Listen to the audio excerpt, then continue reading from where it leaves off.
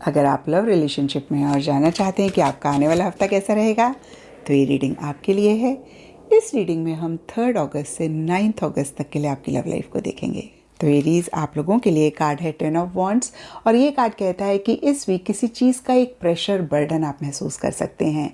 अब ये general reading है तो सब एरीज के लिए रीज़न डिफ़र करेगा, लेकिन जब भी ये कार्ड आता है मैं ये कहती हूँ लर्न टू से नो ग्रेसफुली। अगर ऐसा करेंगे तो ये वीक ठीक ठाक रहेगा, नहीं तो परेशान हो सकते हैं। एंड टॉरस, आप लोगों के लिए 3 ऑफ कॉइंस का कार्ड कहता है कॉन्क्रीट डिस्कशंस रिलेशनशिप से रिलेटेड चल सकते हैं। अब अगेन ये डिफ़र करेगा सब टॉरस के लिए।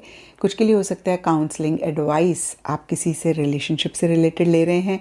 कुछ के लिए ये भी हो सकता है कि आप अपने प्रोफेशनल फ्रंट पे ज़्यादा फोकस कर रहे हैं। कुछ के लिए हो सकता है कि जैसे कि मैंने बताया कि डिस्कशंस किसी चीज़ को लेकर रह रहे हैं। ऑल इन ऑल ठीक ठाक ये वीक रहता हुआ दिख रहा है। एंड जेमिनीज, आप लोगों के लिए 5 ऑफ वंस का कार्ड कहता है या तो पार्टनर के साथ डिफरेंस ऑफ ओपिनियन रहेगा, डिसएग्रीमेंट रहेगा, या छोटी मोटी बहस भी हो सकती है, या फिर किसी चीज़ को लेकर एक कॉन्फ्लिक्ट रह रही है। कुछ जेमिनीज़ के लिए कॉन्फ्लिक्ट इंटरनल हो सकती है, यानी कि मन में किसी चीज़ की दुविधा रह रही है।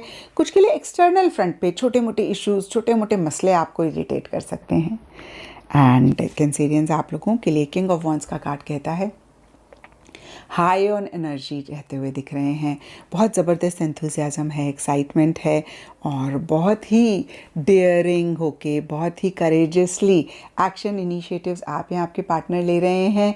डिसीजन चॉइसेस आप या आपके पार्टनर ले रहे हैं। एंड लियोज, आप लोगों के लिए क्वीन ऑफ कप्स का कार्ड कहता है ओवर इमोशनल, ओवर सेंटिमेंटल। आप दोनों में से कोई एक हो रहे हैं।